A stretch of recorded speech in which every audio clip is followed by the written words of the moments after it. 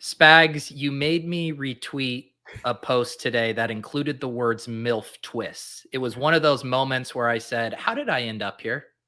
Well, you know what? The good news, Pete, is there are some MILF twists to discuss in today's Splash Play, of course, where Zach Wilson's mom is outing people who are not apparently the ones hooking up with her son. We also got Madden ratings to review. Do they line up with fantasy with tight ends and wide receivers? We'll talk about that. And Leonard Fournette, apparently 260 pounds. Will he eat us out of house and home? We'll find out right after this intro.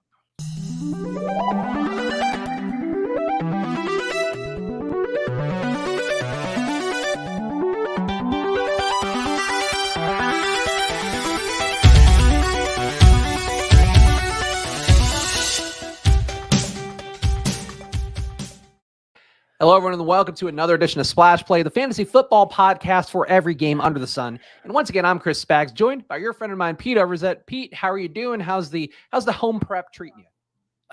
Pretty good. We're actually in really good shape. I have just some basically we've turned into perfectionists where I'm like, Lauren and I, when looking for our house, we went to hundreds of open houses, and they'd be dirty or they'd be messy or disorganized, or you'd open up a closet and things are falling out. And so every time Lauren's giving me another thing to do, I'm like, Lauren, this house looks immaculate. Can we just compare it to every other place we've looked at? So yes, I have after this, I'm going to clean the attic. I didn't even think I would need to clean the attic, but that's where I'm at. And I just realized I have my morning lights on. Here we go. The switch to the Splash Play lighting. Ooh, this is our ASMR. Ooh, look at that Splash Play lighting. Now we're ready to do a show. Yeah. Although we do need more wolf pup talk. I feel like that was the one thing that Best Ball Breakfast had this morning that I think, I don't know why, Pete, the Google images for that one really seems to be captivating in a way that most Google image searches are not. Yeah, it felt like that was more territory for a Spags Friday stream, 6 margaritas deep, and then, fighting MILFs huddled with their wolf pups. But yeah, it happened on the breakfast stream this morning. We did not pull up anything scandalous on this past Friday stream, but this week, it's going to be the only show Pete and I are doing is going to be today's show. Thursday, Pete's out of town, so Splash Play's channel will be home to whatever I do there. I think, Pete, you had pitched me doing a guest. I think what I'm going to do is give people a teaser of what to expect on Fridays, because they're so used to coming on Thursday afternoons that I can show them all they miss out on if they don't watch my solo streams on Fridays. Wait, are you doing a show Thursday? Yeah, of course. I'm going to do one Thursday and Friday as well. Okay, you're doing solo streams. Okay, yeah. I said to Spags, maybe it'd be a good idea to book a guest for Thursday, and Spags has tasted the forbidden solo streamer fruit and now can't go back. I am addicted to streaming for the people out there, so that's why you should be subscribed to the Splash Play channel. We're trying to get to 1,000 subs on there, and then Pete will join me for an exclusive drunken stream on there amidst all of the chaos going on in his life. So go subscribe to the Splash Play channel right now. Of course, follow at Splash Play Pod to find out whenever we're doing new episodes. If there is a guest, we'll certainly tweet about it on there as well. Make sure to go follow at Splash Play Pod, and of course, follow at Peter Overzet and Chris Spags. But Pete, let's talk about the Fournette thing first, because you broke this to me right before the show. I didn't see the headline, but the Bucs apparently upset Leonard Fournette, showing up to the weigh-ins, I guess, before camp starts. Or I guess camp technically is starting. 260 pounds for Big Lenny here. Uncle Lenny living up to the hype and apparently potentially eating his way out of the league. Yeah, Rick Stroud, reporter for the Bucs, said mandatory minicamp was nearly 6 weeks ago. He admitted to weighing 240-something. I asked the coach if he was more like 250-something. His response was more. So, this tweet says that weight is likely God.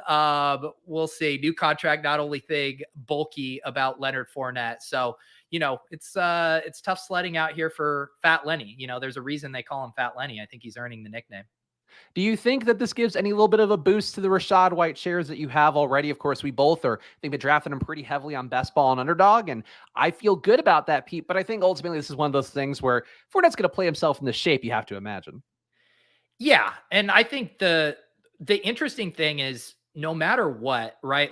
Rachaad White has massive contingency value. If Leonard Fournette gets hurt, he's going to have a really big role. The thing that's really interesting is, could he carve out a bit of a pass catching role right out of the gate? The whole narrative has been Tom Brady and this team doesn't trust these rookies and stuff, but that's because they've been burned by guys like Rojo and stuff who make a lot of mistakes, and rookies like Keyshawn Vaughn who weren't ready to play. So maybe Rachaad White is ahead of the curve, and this stuff with Fournette, pushes the team into maybe giving him a shot earlier. And if he doesn't, fumble the bag, so to speak, maybe he does retain a role right out of the gate. And now we're really getting interesting here, because as much as as much as Fournette was like good last year, it was always volume driven. Like, he wasn't busting off big plays. It was just his availability of being on the field and not making boneheaded mistakes was his greatest asset. So I do think if Rachaad White is ready for this moment, he's going to get a crack at it. And it does seem like Leonard Fournette, too, has built a rapport with Tom Brady, though. You see Tom Brady, if big fat Lenny walks into camp not doing a TB12 diet, maybe that changes things a little bit. But I feel good about Rachaad White. I think gives him a better chance to carve out a role, but ultimately probably doesn't move the ADPs very much, if at all. Pete, the other big news item was J.K. Dobbins tweeting before the show, I guess, on the NFL Network. There were some reports that he might not be ready for week 1. J.K. Dobbins tweeted, "I would post videos, but I want all you fake-ass doctors," he did blur out ass, so I'm the one cursing here, "fake-ass doctors, people who've never spoken a word to me, to see what me and Jesus been up to on the biggest stage." Pete, you have been J.K. Dobbins stan for a while now, and I guess it's time to see what he and Jesus have been up to, personally grinding. Jesus is his personal trainer. Feels like that's got to be positive for his ADP. Yeah, J.K. Dobbins really tweeting through it this morning, comes out, dunks on Rap Sheet, and then just keeps going. This is the quintessential NFL player just typing through it. I do love that he evoked Jesus here. The work Jesus does with me and you and whoever is doubting me could never understand it. So I like how fired up he is about this. And, I've been, even when I draft J.K. Dobbins, I've been working under the assumption that it might be a little bit slower of a start to the season. Like, this isn't old news about him not being fully healthy and recovering. And it's kind of been this song and dance between both him and J.K. Dobbins or Gus Edwards of if these guys are ready. So if anything, I am looking forward to a little bit more of a dip on J.K. Dobbins here. And what has been the thing we've been talking about all offseason long, we're playing for the end of these best ball tournaments. And, if a little injury discount at the start of the season is going to give us more buying opportunities where J.K. Dobbins pushes into the, 7th, 8th round, I'll happily gobble that up. It certainly seems like it's going to be positive news for Mad Sox in the chat saying, "Hail free Tyler Beatty." Tyler Beatty could gain some steam. Mike Davis, the camp starter, though certainly seems like that's a pretty finite position. But it does seem like, Pete, actually, the famous parable about the footprints in the sand, Pete, as it relates to Jesus? I do, but I want to hear your bastardized version of it. Well, do you know why Jesus isn't helping out Lenny Fournette? No. Couldn't possibly carry him, too fat. Okay. I was wondering where that was going.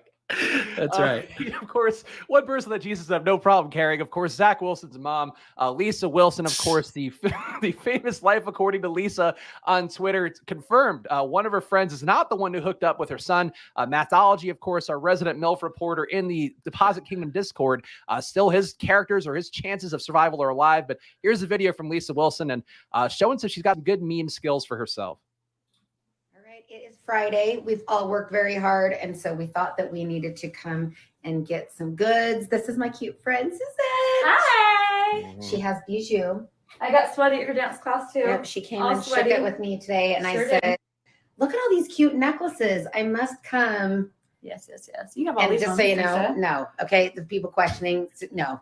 Shut up. No. Shut up. I have good friends. You guys are idiots.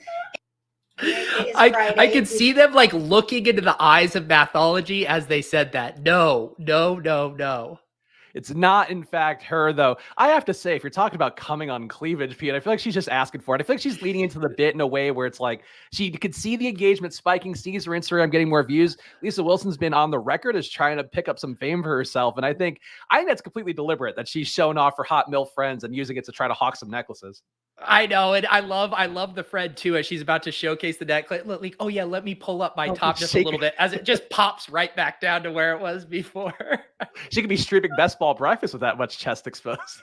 Yeah, lots of bogs all around. I will say, you have to give them credit here because this is the PR social media playbook in 2022 is you lean into it and you have fun with it and you call it out because you take the energy and you diffuse the situation. Like if they're just going radio silence, but the combination of Zach Wilson's post and her mom having fun of it, like fun with it. Like this won't ever become like a huge thing in a negative way. So I think they're playing this smart from a social media perspective. There's a big New York Magazine profile about like how all the social media brands for like the brand handles for all these accounts now, their bid is like being horny on Twitter and being horny on Instagram. And I guess that's an extension of it. That's what gets engagement these days, as we know as well as anybody on this show, Pete. Yeah, I'm just checking the chat. I mean, they know Puritan Pete on the bonk hammer. You know what? I am gonna bonk Mathology for this comment. I mean, this is uncalled for.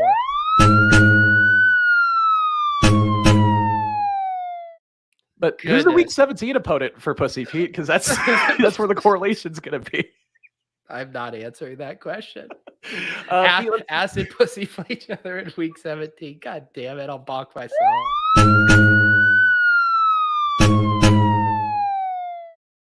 Of course, the Madden ratings are coming out. I think it's part of ESPN's big reveal. They're rolling out the Madden ratings, Pete. And do you want to run the screen for this one, or do you want me? You can run the screen for it. Okay, which one? Wide receivers first? Yeah, start with the top 10 wide receivers, of course. It was an interesting little debate, I feel like, on fantasy, whether these guys, whether Madden ratings can affect people's ADPs. You can see on the screen here, no reveal. Devontae Adams at number 1 with a 99 rating. Cooper Kupp, despite setting all records, setting the actual contract record for wide receivers, he comes at a 98 rating, Pete. And you're not a big video game guy, Pete, so I'll ask you, do then these guys jump out as being egregious from what you think of fantasy-wise? Well, yeah. I mean, the whole thing with these ratings, it's funny that it says Madden 23 ratings because these, I mean, outside of Cooper Kupp, who obviously took a really big jump last year, these feel more like 2021 ratings, with Adams, Tyreek Hill, Hopkins, Diggs, being at the top.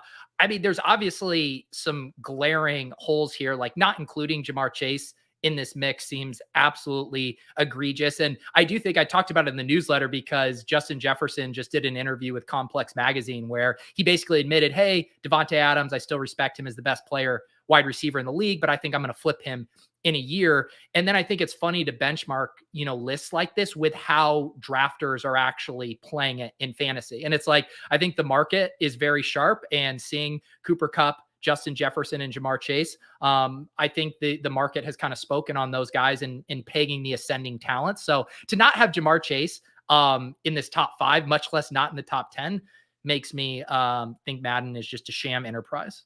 Are you with me on the Justin Jefferson stuff, by the way, where I talked about, some of the articles of him saying that he wants to be the greatest wide receiver ever? Now that article comes out of him talking about like, yeah, like I'm close, but I'm not there yet. And he's saying for him, he's like, he'd be surprised if he doesn't get 1,600 yards this year, if not more.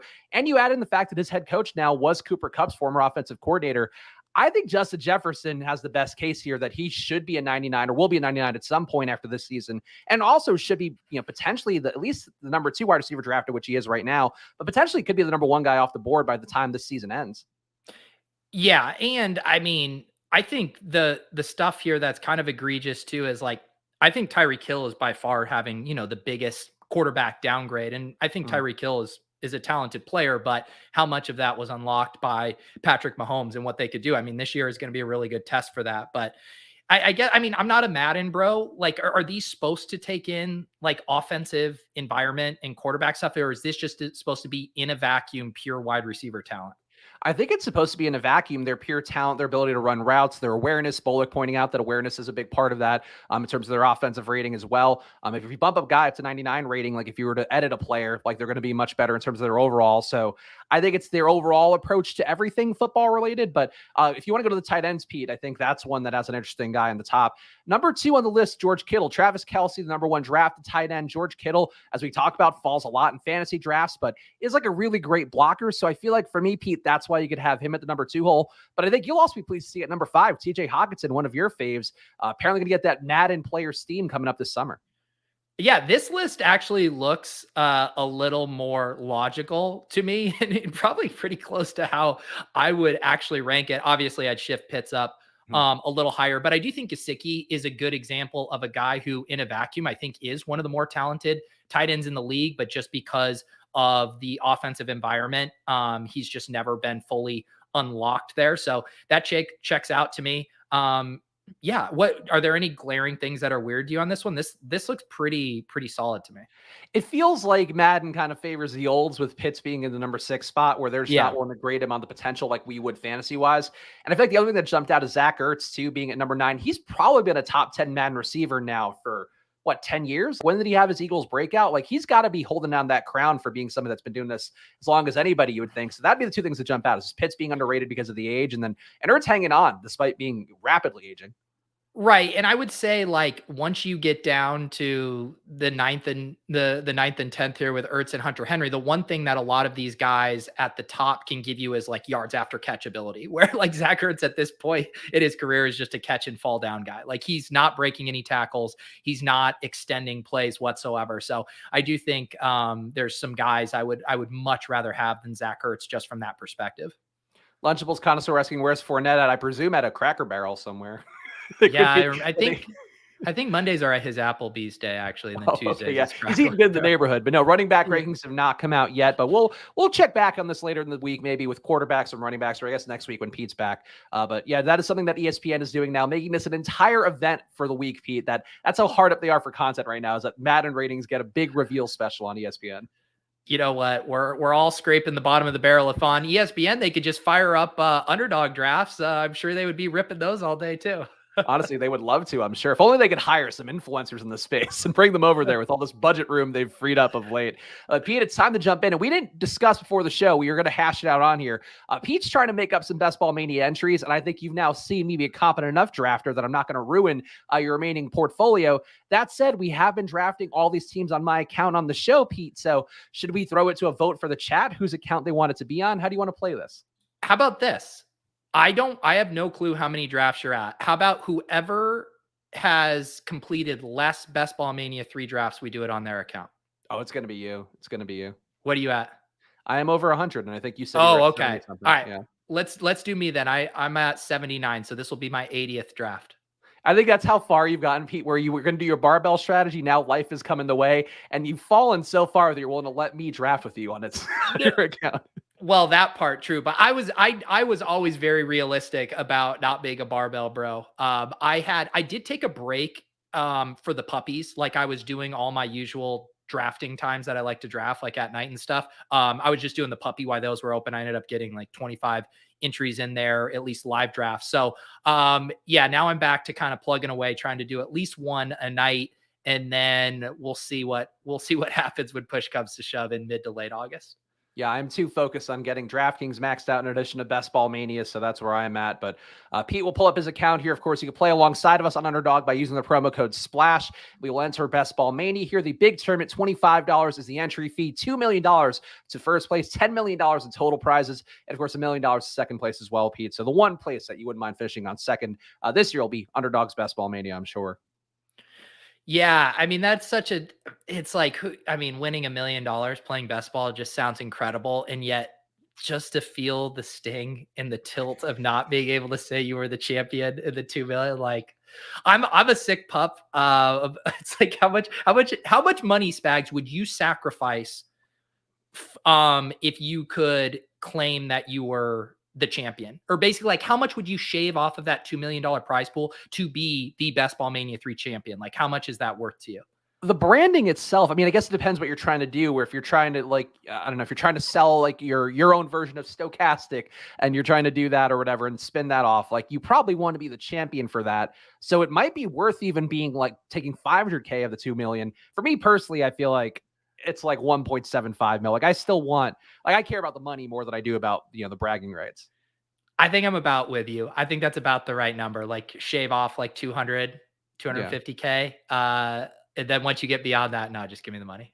Because it's such a big difference. Like, it's almost literally double. Like, I mean, that's, and theoretically, if we invest at smart, Pete, we buy some smart NFTs for ourselves and we could be down to half of that within 6 months. We did draw the influencer 105 talk or the spot, which of course is the sweet spot here. We're going to take the number 1 wide receiver in the league. Yeah, I mean, he couldn't make the top 10 in Madden, but I think Jamar Chase looks pretty good for this format. Yeah, sorry, Jamar Chase. Madden does not think highly of you, but here on Splash Play, we will happily click your name every time of the week and twice on Mondays at 105. It does seem like you clicked through so fast that this is like a half our audience room and a half general kind of people room, because Taylor and McCaffrey in a room for us normally, I feel like that's not normally how the 1-2 goes. No, this is a classic. We have the fucking Red Badge Brigade. They were out this morning. They're out again. We got Sam over here. I mean, this is just it's a brutal room. Sniper is Harbs. I know Neil Farley here. I mean, this is just like the classic. No one has anything better to do on a Monday afternoon draft. So let's hop in with us. I get every one of these assholes is watching right now.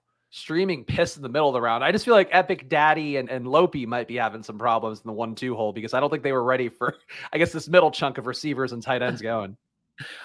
Did Sam claim his $25? Yes, Sam received his gift card that he won via Underdog Cardio Club this morning. Casey Settleman wants to know, hey, where do you think J.K. Dobbins' ADP goes with his tweets after today? Well, I mean, it was kind of a roller coaster, right? Where there was the FUD from Rappaport that probably threatened to push it down about 10 spots, and then him coming back out and debunking it. I'll say he slides just like a few spots, a little bit, but nothing too big after he came out and said that he had God on his side. It is going to be one of those things now, Pete, because we've been talking, obviously, doing shows the entire offseason. Now there's going to be real news that does materially kind of affect the ADPs for guys as we're going through and doing the shows week to week. And I'm kind of curious to see how that plays out as somebody that's like really investing heavily in doing this and has been doing it from the moment that all these tournaments opened up, that these ADPs could move sometimes for, positive signal or good signal. And sometimes they can move for really no reason whatsoever. Yeah, I've been thinking about that a lot too, of just like we do have this period where the ADPs have been in a holding pattern, and that's all going to start to get really shuffled up with training camp and then obviously preseason too. So this feels like kind of like closing the book on this specific window that we've been drafting, where it's like the players we're selecting now in their ADP ranges have held true for a good chunk of time, minus some small variations. Like there's one report Rashad Penny flips Kenneth Walker or whatever. But so yeah, I'm starting to almost think about this next chunk of teams I draft is like almost being, obviously it's in the same tournament, but I will be kind of like approaching it a little differently. And I will start to think about my exposures relative to where most of the field has gotten these players, because this isn't like, this is almost a third of the way full when we'll enter this new thing, which means there are going to be lots of teams who have players at specific price points. And when we see massive movements, I think it's going to be something we have to take into account. There's certainly the brick draft caddy going to be a help for this point, but I mean, do we want to get the Bengals stack or do we want to take an anchor running back here? I think would be my two thoughts. I love DeAndre Swift. You can see he is kind of a clip ahead in my exposures here. I think I want to take Swift with Chase here. Okay. I'm coming around to the anchor running back, so I won't push back on this one, though. I would say, I would still try to not take too many running backs in the early rounds. I feel like that's where I'm getting comfortable, Pete. I'm willing to put a tip in of taking one running back here early on, but I'm not taking one usually until the 9th round or 8th round for the most part. Yeah. And I will say, I mean, I do think I like Swift. I like Barkley a lot. And we're getting Swift here 5 picks past ADP.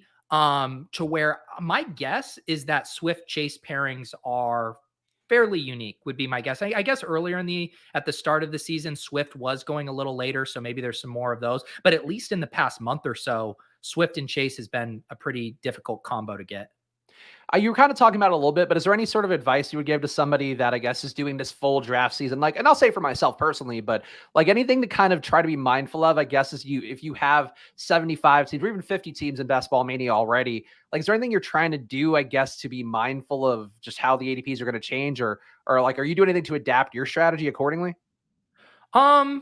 It's more like once those movements happen, then I think you have to be smart about it. I mean, I am in general still drafting a lot of players who I think will change in value. Like thinking about this as a draft window, I mean, that's why I'm drafting so much, Fuller and Julio, because I feel like this is a unique period in time where once they're on a team, that's going to massively shift. So right now I'm still in the mode of like, who are the people who are going to change a ton? I think a lot of this noise with the rookies, we talked about Treylon Burks, I believe a decent amount on our last draft. Like these guys that I feel pretty strongly about moving up, I am kind of hammering them now. And then once their ADP settle, then I think I'll probably just be average with the field on selecting those guys.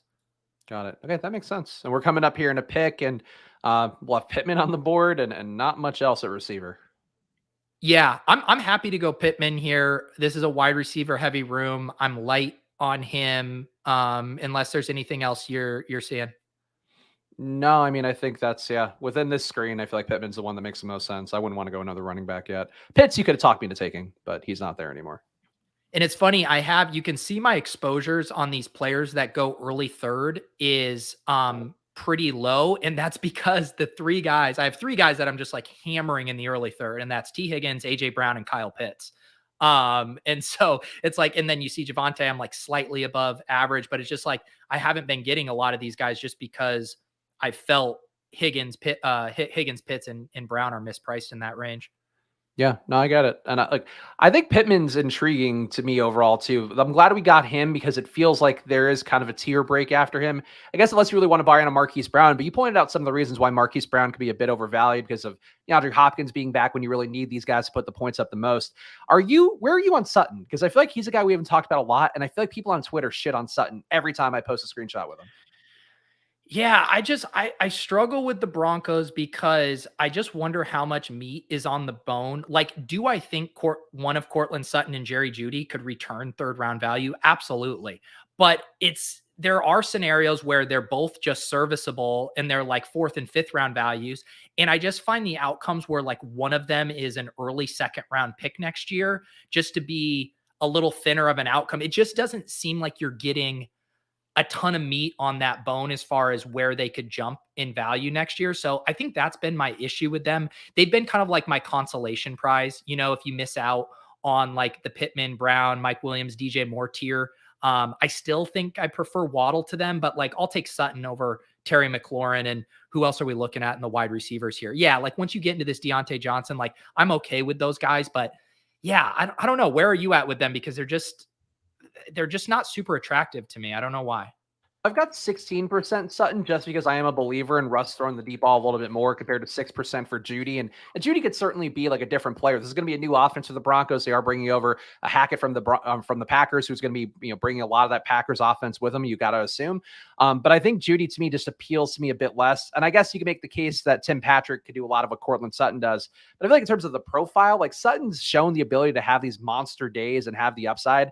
I feel like if we're going for, the week 17, trying to get these guys who can do that, Sutton against Kansas City to me feels like a guy that could have, a 40 fantasy point day. But I think it comes down to the theory of just like, is Russ going to be able to sling the ball downfield a lot? Because if he is doing that, from what we've seen with these guys, like Sutton's a deep ball guy, like there's more volatility there, and he's gotten there with shittier QBs. So I think with Russ, like throwing the deep ball, I feel like he's got more to gain than Jeudy does.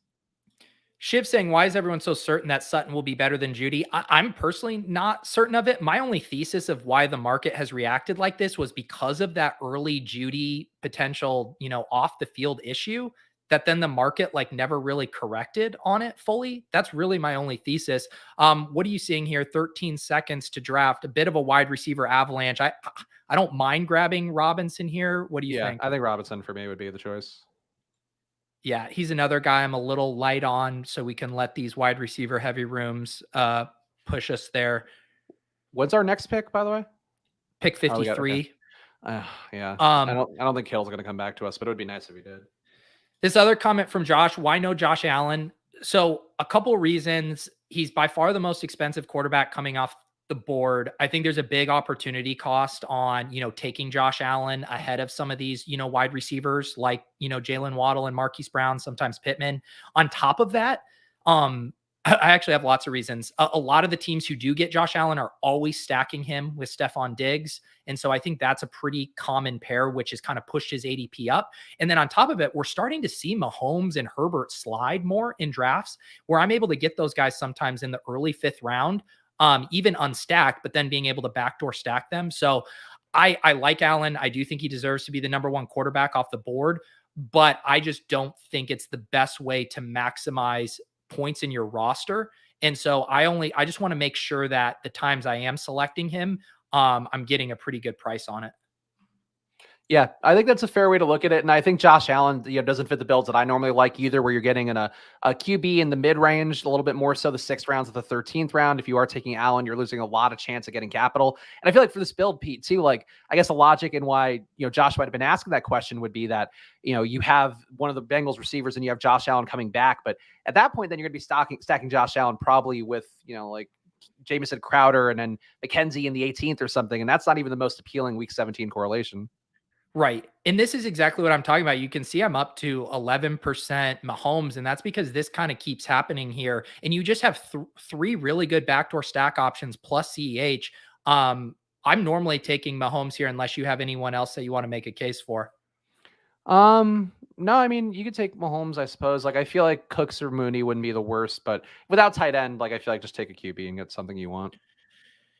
Yeah, and I also think too, like, a lot of the people who do take Mahomes are because they're the Kelsey owner here. So I think it's a little bit unfair if you let the Kelsey owner get Patrick Mahomes coming back in the late fifth.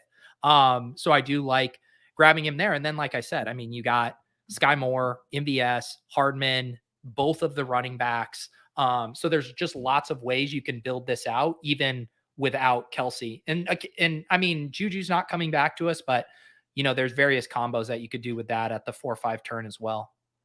I still think MVS is more appealing to me than Juju relative to the ADPs. Like, I think by a wide margin. By a wide margin, that's the part I'm struggling with. By a decent margin, by a pretty good margin. Yeah, I do think though. Like, I mean, I'm sure you would admit no one's begrudging or discounting MVS's ability to put up some spike weeks, but if a non-Travis Kelsey wide receiver has a chance to put up a 20+% target share in this offense, it's going to be either Juju or Skye Moore. I just don't think MVS's profile is going to allow him to access a massive target share. All right. I feel like out of all the athletic offseason reports that I've liked the most, the one about MVS, and I've talked about it on enough streams, but like him talking about himself, Mahomes talking him up, a lot of positive, mini camp reviews for him so far. We'll see if that holds up with training camp. I buy it a little bit more, but I get it. Juju certainly has the historical draft capital and the TikTok followers that, quite frankly, MVS can't compete with. I mentioned this on every stream, the percentage stuff and the exposures. It's Brick 75's Draft Caddy, part of his Sports HUD app. I linked to it in the show notes. I don't know if I have them in the show notes here. I have them in the show notes on my Best Ball Breakfast videos, and we did a tutorial on LOLs 2 episodes ago. So you can just check out my video from this morning and find that stuff in the show notes. Yeah, I think I need to get on and actually watch the episode of LOLs to figure out how to get this on my screen too, because it is honestly a really useful tool, especially I think as you are getting to the point where Pete is or where I am, we have 75 teams in, 100 teams in. Like, you definitely want to have a read on these exposures and know to try to draft against type a little bit, down the home stretch. One other fun thing that did happen to me in a recent draft where I selected Mahomes, and then I can't remember if I had Chase or Higgins. I had one of them, but because I had Mahomes, I used it as an opportunity to pass on Burrow like around ADP here. And then he fell to me like another 15 picks. And then I went, a double elite QB. So it's kind of a fun thing where it's like, yeah, we could have gotten Burrow here at ADP, but it also gives us a chance. I wanted Elijah Moore or Devonta Smith. That sucks. I'm fine with Hopkins or Drake London here. Yeah, I would take London for the upside. I feel like, though, you have a lot more London than Hopkins. So I get if you want to go the opposite way. No, I don't. Arizona, London. 1 second. Yeah. Let's do London. Wow, you got that in by the skin of your teeth. Oh yeah. Yeah. Bullock's done the same thing. I've done that too and got Burrow at 91. Yeah. Burrow's an interesting one. I feel like his, deviation on his ADP is pretty wide. Where you'll see sometimes like the Chase Higgins owner just like reach for him by 10 picks. And sometimes as Bullock said, slide all the way down to 90. It's crazy that Kadarius Toney is now going the same round as Amari Cooper. Yeah. Like, I don't have anything to add to that, really. It's just like Toney was going easy 100, 120 earlier in the draft season. And this is the thing for me that's really messing with me a little bit more, where last year the entries I put in the Best Ball Mania were all like August and July. This year we're doing it from May basically, or April, I suppose. And it's like Toney has come up so much, and I don't really know why, besides people just realizing like, oh yeah, he was really good last year and they could be better. I know. Yeah, it's one of those things where you start to get like a little nervous about. It's kind of how I'm feeling a little bit about Ramondre Stevenson, where it's these players we like and no one disagrees with the upside, but they start to get steamed up to a place where it's like, how much risk are you actually taking on versus how much upside you have with some of those players that have a lot of uncertainty. In a room like this, I completely understand going out of your way to get Toney but I do think he's a very popular player right now. Yeah, and I also think Trey Lance is going to fit that criteria that you're mentioning there too. He's getting drafted at 72 when he was going in the 90s or 100. Pretty tough rise there for Trey Lance. Man, this is kind of a gross spot. We don't have. Part of me wouldn't even mind just reaching a little at tight end. What are you seeing? Anything else? I think getting Hawkinson, I wouldn't be opposed to here either, just to get a semi-elite tight end. I mean, according to Madden, one of the top 5, so that's enough for me. Yeah, let's do that. Yeah, I hate having no elite tight end, and Hawkinson at least gets us there. And I would worry that he wouldn't come back to us, and then we're talking Goddard, then it just keeps getting worse and worse from there. Yeah. Yep. Let's see here. Man, yeah, Renfro, Kirk, Ayuk, Michael Thomas off the board here. The room chilled out a little bit with wide receivers, and now we definitely have a lot of good running back and quarterback values here. It does feel like Renfro, Kirk, Ayuk, like if you're in a wide receiver heavy room, those guys will go around now. But if you are going to a normal room, like sometimes you'll get those guys 20 rounds after ADP. And I don't know if there's anything to that in terms of a drafting strategy, but it feels like you should be strategic about the rooms you get some of those guys in. Yeah. Let's see. Man, what are you doing with like the Green Bay guys? Do you ever take Lazard or Watson? I seem to just always miss on those guys. And it's not like I have anything like totally against them. It just never seems to work out for me. I've got 3% Lazard right now, 2.8% Watson. I feel like when they fall is when I'm getting them, and sometimes Lazard will fall to 90. I think actually I did a DraftKings draft this morning, and if you want to see a draft, Pete won't draft DraftKings. He's too brand loyal for that, but if you want to see a DraftKings best ball draft and how it looks, it's terrible. Pete, auto draft hit me like 3 times in there. I had no clue what was going on. It switched itself on a few times, but I did draft Lazard this morning on there and got him like 25 picks after ADP, because that's kind of what it is. And I feel like that to me makes the most sense. Either take, the dubs, take Amari Rodgers in the 18th, or just take one of those guys when they slide if you're in a room that you want to take them. Yeah. I wouldn't pay the ADP price for either guy at this point. Like, it feels like it's a bad idea. I know. I agree. Yeah. Let's see. Jason says Lazard on Cook teams. Yeah. Dalvin Cook getting your little week 17 correlation there. Oh boy, you might be a Skye Moore day, huh? Because MVS just got scooped. Bullock says Lazard was going 190 plus in the first week or two of BBM. If he smashes, there will be some wild teams in the playoffs. Yeah, that was what occurred that jumped him up so much. I'm forgetting what even was the news cycle of why he was pushed so far down. It was Rodgers saying he's the wide receiver 1, I think, at some point in the offseason. Okay. Goodness. And that was it. I mean, and Aaron Rodgers says some crazy shit. And I will say, like, the Lazard thing feels a little Marquez Callaway-esque. Last year was like Marquez Callaway's tearing up Saints training camp. They have no other weapons because, Michael Thomas is hurt. And then he just screams up boards. He's probably has a higher floor than Callaway just because of, his skill set as a wide receiver. But, yeah, I don't know. It's a little worrying there. All right. We do have to take Skye Moore at this price just because I don't want to leave without one of these wide receivers. Yeah, that seems completely fair. And I guess McKinnon will be there late, probably. Justin Ross. Justin Ross doesn't get drafted anymore, and he was going into the 15th round sometimes, which I feel like is one of the things that it lends you to believe you should be drafting the entire year long, basically. Justin Ross was that like classic flavor of the week that we all got excited about for about 10 days, which happens. People like Eric saying 0% CEH. So I suppose you are. CEH is such a value sometimes. I've started to get a little bit of them, but you want to play your clip? No, that's ship chasing. I kind of like boycotted the Skye Moore ADP until he got down to a more palatable price range. I've gotten him after pick 100 sometimes, and I'll mentally roll the clip then. But this room made us draft him at pick 92. Did you see, Pete? I mean, I say this, I fully know the answer. Did you see Friday's stream, Pete, where I figured out how to get gifts on the screen, which I know we talked about. So if you want me to get any pre-existing gifts from like Giphy, I can now add gifts that we can add to this show as well. There you go. I didn't know that you're really growing as a producer. I also added a video clip too, right from I Think You Should Leave, to signify that it is in fact the adults only stream, to differentiate itself from this stream. But you know, I have a GIF of you from I guess it was a Club Top Shot episode where you flashed your nips. It's one of the GIFs that comes up for you. So that's when things are getting sexy. I run that GIF. Yeah.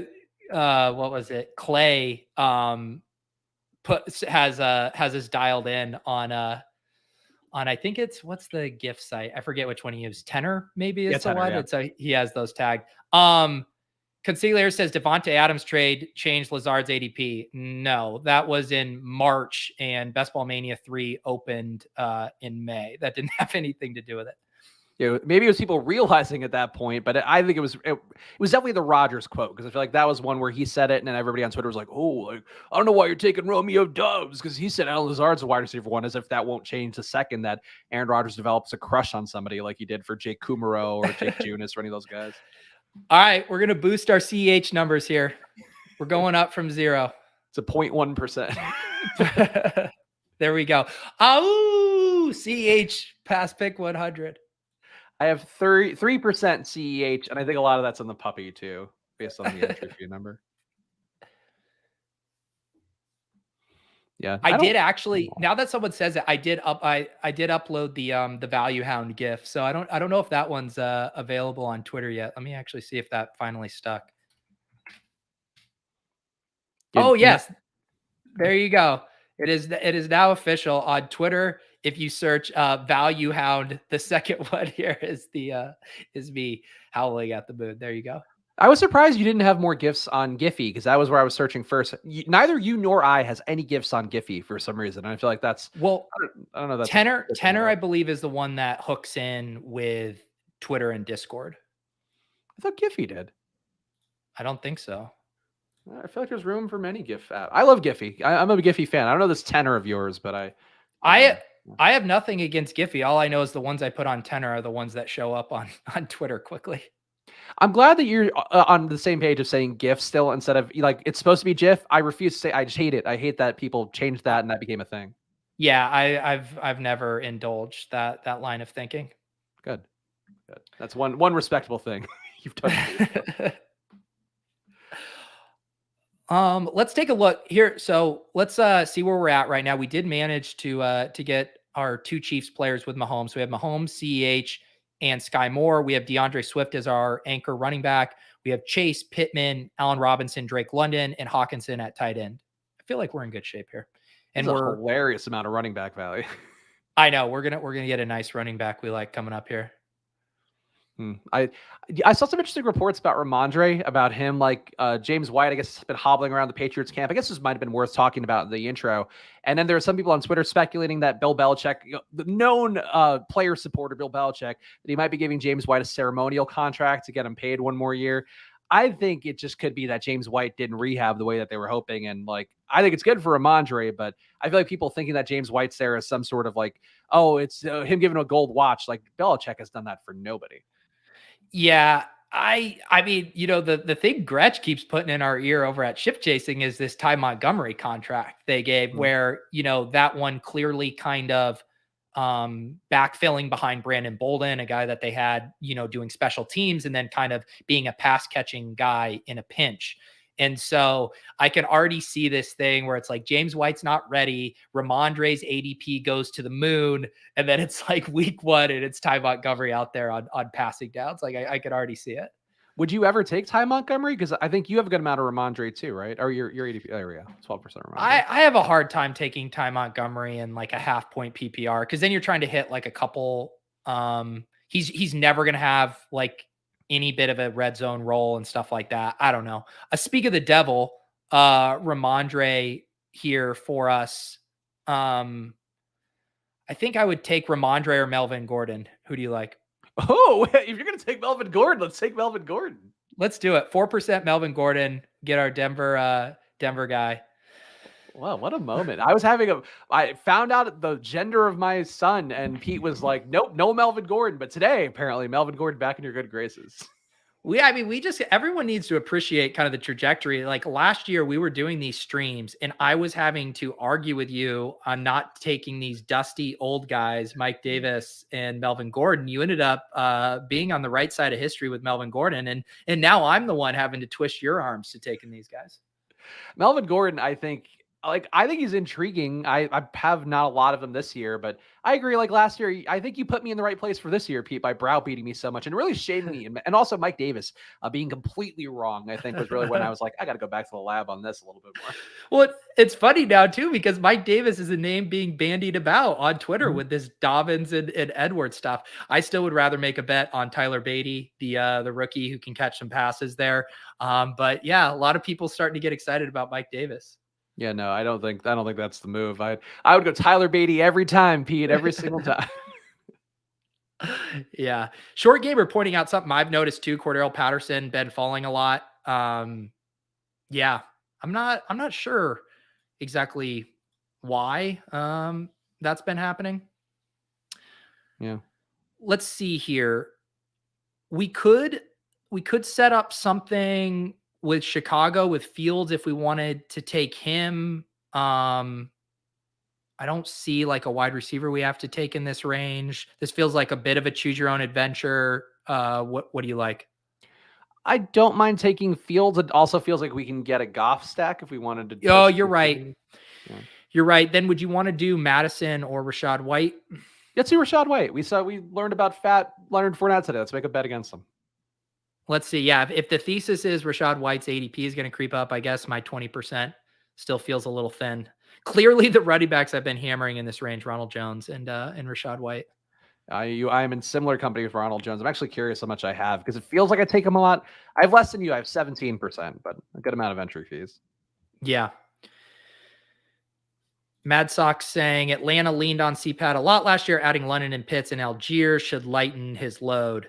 Yeah, I mean, I think the real interesting thing with CPAT is where he falls on that running back wide receiver spectrum. You know, they probably want to take some of the running back touches off his plate, but if they're, you know, still using him in creative ways in the passing game with like a lot of short screeners and stuff like that, I think he could still be a pretty interesting pick in that range. I also like him in certain zero RB builds. Like if you end up with more handcuffy, contingent upside type plays, like I feel pretty confident Patterson's going to be able to give you just kind of like a baseline set of points in the same way you think about some of the pass catching backs like Hines and Gainwell. Patterson obviously more expensive than those guys, but that's how I've been thinking about him.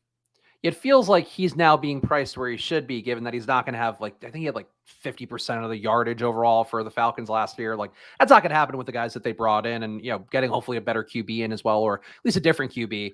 So I think Patterson, like, he feels appropriately where he should be drafted, but I don't mind taking him. I just, like, he's going to run bad on touchdowns. See, like, he's going to run bad in his yardage share. He's going to run bad on touchdowns. So you're taking him really in like those zero RB builds. And if you're taking him anything besides that, I feel like it's probably a mistake. The other thing about Patterson, again, thinking about these drafting windows, it's like, is there anything that could really cause his ADP to jump up significantly? Like, I can't really think of much. Like, even if Algier got hurt or something, like, I still have a hard time thinking like drafters would be like, no, okay, Patterson's now going to get this massive workload. So that's the only reason I've only been really grabbing him after ADP. And I still have been selecting him. It's just, I can't think of a lot that vaults him in the same way like an Isaiah Spiller, Rachaad White. You know, if something happens to Eckler or Fournette, they're going to jump like 7 or 8 rounds. Patterson, it would be like, oh, he's got an even bigger role this year. Arthur Smith is building upon it, and he's used as like, he's basically, you know, 1A or 1C to Drake London, and Kyle Pitts is like 1A and 1B. I don't think that's likely, but I think that would be the one thing that would come out is like, oh, they're using him everywhere on the field. He's playing every snap, and he's also like a vessel for when those guys are getting double covered, then it's going to go to Patterson. Yeah. I mean, Gobbler says if Algier got hurt, he'd definitely jump. I think he would, but I honestly think his ADP would jump a little bit, but I do think Damian Williams would just end up getting a decent amount of work as the lead back in that scenario. My point is I'm saying like, obviously his ADP would rise. Like we see the little shocks of news, like move everyone up and down a little bit, but I mean like big time ADP jumps. I just don't see it within the range of Patterson's outcomes. No, and I say that I made that case fully. Like, I am fully team Tyler Algier. He remains my most exposed player overall across all the underdog best ball drafts. But I think I take Patterson because, like, oh, I have so much Algier, I got to take Patterson just to like hedge against this a little bit. And honestly, I took Damian Williams the other day just because I was like, okay, now let me get a little bit of this part too, just in case I'm completely wrong about the other two facets. This is kind of a gross spot. I think we can take the foot off the running back gas, even though there's some nice picks here. I think I'd lobby for a Kui Boonham and just really stack up this Chiefs Broncos game and be done at tight end. Are you seeing anything else? Yeah, I mean, I think we don't need another Rams receiver. I would take a Kui Boonham over Van Jefferson. We need to get some more receivers though, because this is a lot of top end talent, but boy, that is a weak wide receiver room overall because of these guys getting steamed off the board. Yeah, I mean, I think we're definitely the one thing too now is we can really we'll probably get to at least 9 receivers. What would that be? 2, 4, 8.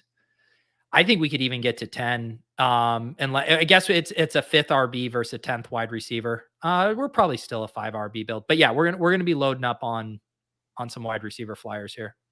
Yeah, I think we're gonna need somebody to meaningfully take a jump up. Bolek in the chat saying Algier was chosen as a breakout for Atlanta from the Athletic ATL beat. I've been saying that, and I'm not on the Athletic beat, Pete, but I think the Algier beat is one that I'm going to hold. If he ends up being good, that's going to be one of the great successes. Like, he needs to be good or Drew Lock needs to be good. And if one of those things happen, I get something to Victory Lap.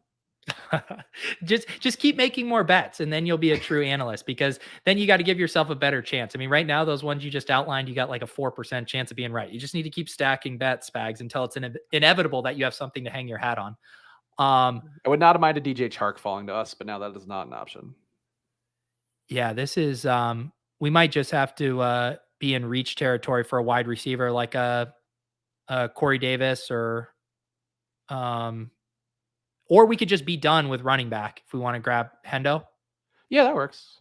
I think we got to be done though, and it's going to be tough because all the entire screen is going to be green coming up. Yeah, not if I make it not green. Fair point.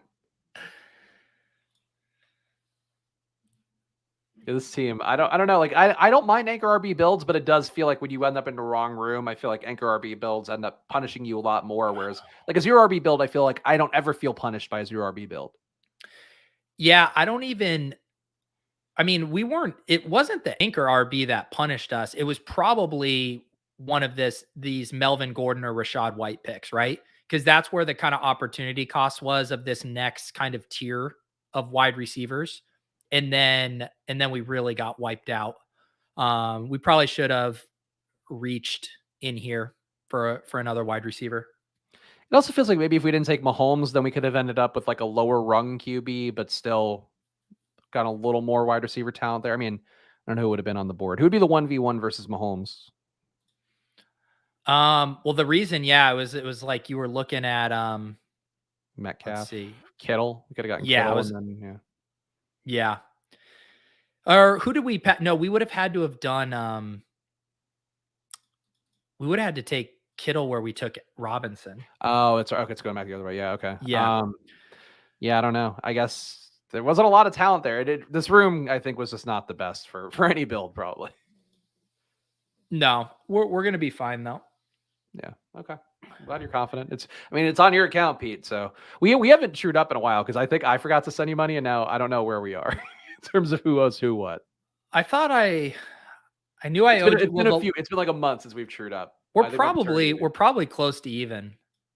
I mean, I'm happy to say that. I'm still sharing. I still mark them all. Like, I'm sharing with you either way. It doesn't matter.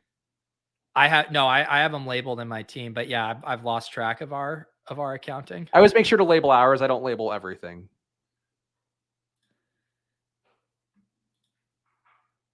Round 10 wide receivers and on are rough picks. Yeah. I mean, and that's what the thing, it's like every year you'll hear, oh, wide receivers deep, but it's not that deep. I obviously have the guys I like in that range. I draft a lot of Rondell Moore. I like Jameson Williams. Like, there's guys that you can like, but there is a tier gap that happens after, that 9th round. Probably I'm down for Nico here. Seems like or Alec Pierce, and we can get our QB2 maybe. If I guess we'd have to have Ryan Fall. But you could also get Davis Mills for your QB2 if we wanted. Okay, I suppose I like Alec Pierce more than Nico because like we kind of saw what Nico does. Alec Pierce is a mystery box at least. When I mean, I know this room is super wide. Alec Pierce goes right after that. Yeah. I was just going to break ties and whoever was higher ADP with the chance that the other one might come back. Obviously, that was a pipe dream. My other thing with Alec Pierce that I like Paris Campbell a lot. And so I generally only take Pierce at a pretty good discount, just knowing I can get Paris Campbell later too. Okay. Pierce is a guy that I feel like could have the camp reports and come up 25 spots in ADP. Yeah. And I think the one thing that's nice is we have a lot of wide receivers here that still have some nice upside. We can take some big cuts. What's that? Julio in the 14th for our pal Neil. Yeah. Mac Jones goes. He's another guy when you get shut out at quarterback that's pretty easy to backdoor stack. Did someone already take? Yeah, Kendrick Bourne, man. He keeps going earlier and earlier. 188, ADP 167, I guess, in this room. He should not go ahead of Pickens, I don't think. Yeah. Yeah. Wait, what, Joey? I got 114 slow puppies going. Oh my God. That sounds like a nightmare. You were 101 sick. Dalmatian spinoff nobody wanted, Pete. Jesus. God, I can't imagine that many slow drafts. I would be miserable. Yeah, I think I ended up doing like 10 puppy slows in addition to my fast. I think I want to just take we can do Paris Campbell here. Okay, that's fine. And then we can kind of let the room decide. Like if the room wants to let like Matt Ryan continue to fall, we could complete that double stack. Or we still have we have Goff. We have we could do something with the Falcons quarterbacks. So we got some options. Okay, that's fair. This is a unique team. I feel like we definitely got on a different track. I think than a lot of the builds that we normally have on this show and in general. I think. Yeah. Yes, that's the one thing. If you don't like your team, you just say, "Hey, it's pretty unique, though, right? Right? You know, there's always something." Well, I think the RotoViz guys were that was what I was talking about a little bit, where I got a little more comfortable with, Anchor RB, not just because of what they were saying and, the fact that they were saying it, but I thought the arguments that they made were pretty compelling and like high success rates for the Anchor RB builds along with being unique because people just don't want to like not take another running back. If you're taking a running back in those first 3 rounds, you're mentally the kind of person that's going to take another running back in those first 5 rounds at least. But I think anytime you take that first running back early and don't take another one and basically go 0 RB from there, it feels like your team is different, but you're not sacrificing a lot of upside. Right. I might have just said the obvious there, but I feel like it did occur to me in a way where I was like, oh, like this is like 0 RB, but you have one good running back. Exactly. You just talk it out. I'm getting it. I'm getting bit by bit.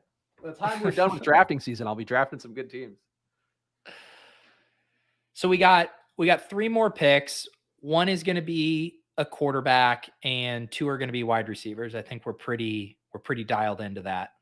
Yeah, I would agree.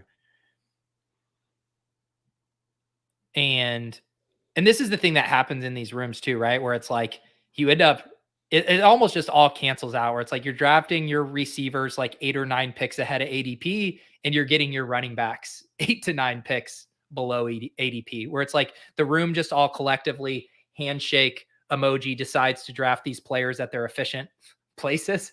And it just, they kind of just flip in ADP.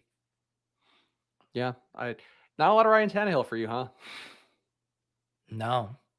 I guess you don't get desperate at QB that often. I guess, if you have 5% Jared Goff, 4% Mills, I don't know what to make of that. Like, it feels like you're not doing it super frequently, but you're still taking a shitty QB, like a low rung QB enough. Yeah. I just spread them around. I'm not married to it too much. I do think we lock up Goff here for that double. Yeah, that's fair. And now we can kind of think about, if there's any other correlation stuff we want to do. We could look for a Chicago bring back. With that, we're good on the KC Denver stuff. I think there's no more real Charger stuff with our 2 Rams bets. We could do something with the Giants. I would say Giants or Giants or Bears would kind of be ideal. I think taking a share of N'Keal Harry makes sense to do at some point, especially I have a similar amount of Pringle to you too. I think we're just at you at 11%. I think taking one share of Harry here and there feels like something to do just because he is a high draft capital guy on the Bears who could maybe be a little more useful than Velus Jones. Yeah. Yeah. I mean, I don't know. I don't know if Harry's one of those guys that I think is like a target 18th round pick. I think I would still prefer the black box of Velus Jones in that case. Okay. Kyle's saying thoughts on only taking one tight end. I've only done it a couple of times. We did it once on ship chasing. I think if you do it, it should probably be with Kelsey or Andrews as your one tight end. And I don't think it's bad. So we got about 145 people watching on Pete's channel. Make sure you hit the like button, guys. Subscribe to Pete's channel. And if you want to get on Thursday, there is no Splash Play on Pete's channel. It's going to be on the Splash Play channel because Pete doesn't want anything to do with my solo streams. So please go subscribe to the Splash Play channel right now and check that out. And of course, just be on there because we do solo streams every Friday. Maybe some more stuff. Maybe we'll do some short form videos. Who knows what the future holds, Pete, on that magical channel, right? Who knows? Well, so what is your plan for Thursday? Are you going to recreate the Friday? Or are you going to be getting tipsy?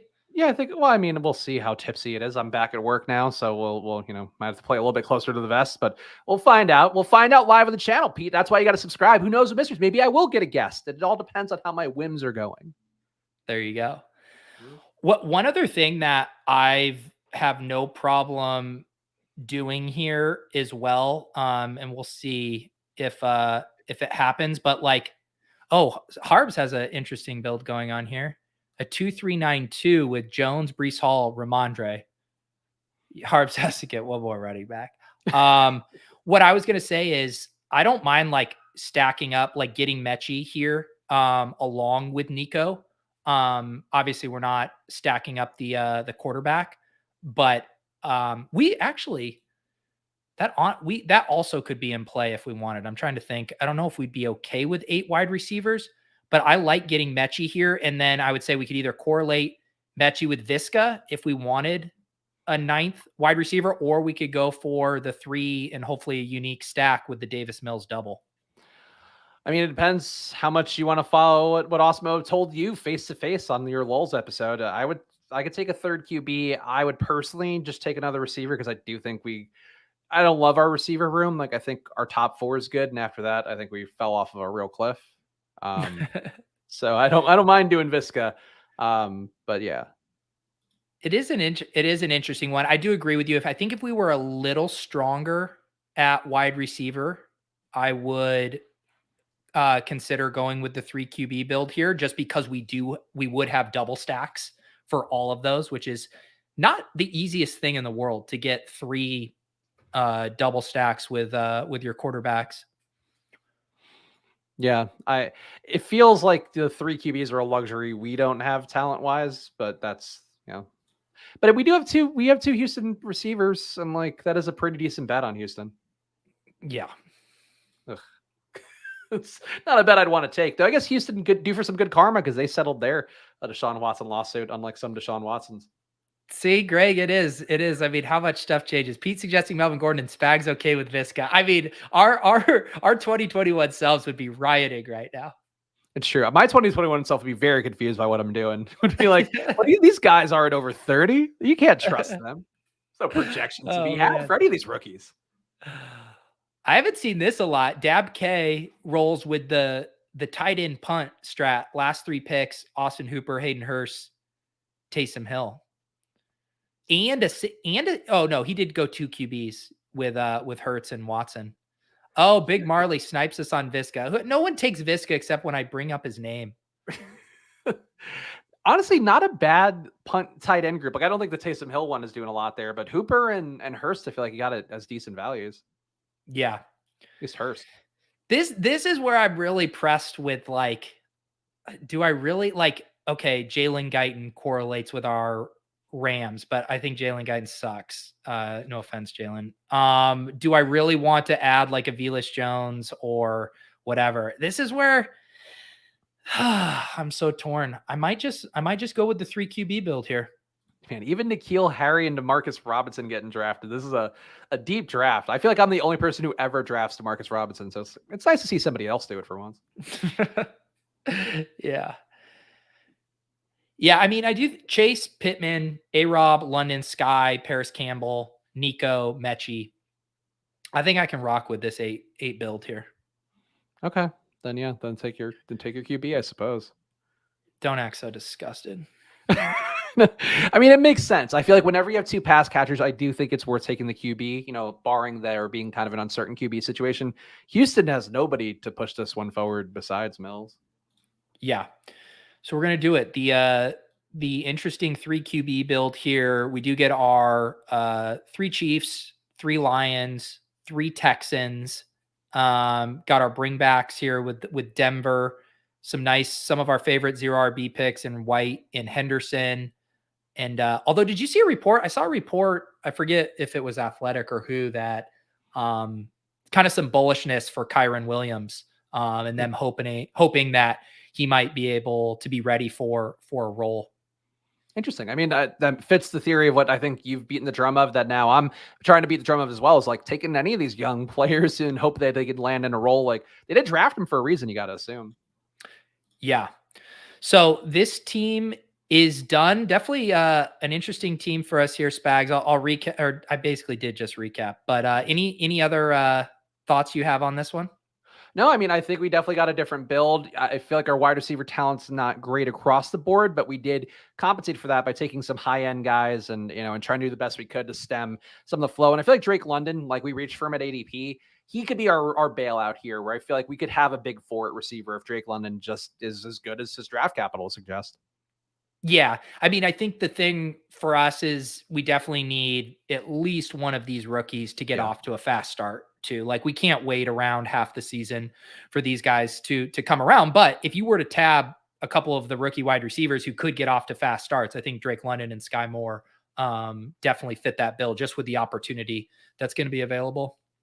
Yep. So there we go. So there's the draft. And Pete, you got the randomizer coming up tomorrow, right? Because of your travel schedule. Yep, I'm traveling Wednesday afternoon, so I won't be around for ship chasing, but we'll have a Tuesday edition of Randomizer Club Top Shot tomorrow night, and then we'll have Swolecast and Lulz Wednesday afternoon, and then a little bit of a break for me until next Monday. And I'll be back on Thursday and Friday doing streams on the Splash Play channel, maybe with a guest, maybe not, but either way, go subscribe over there to check out all the content that we're trying to put on that channel to make it as worthy of your time as we hope it could be.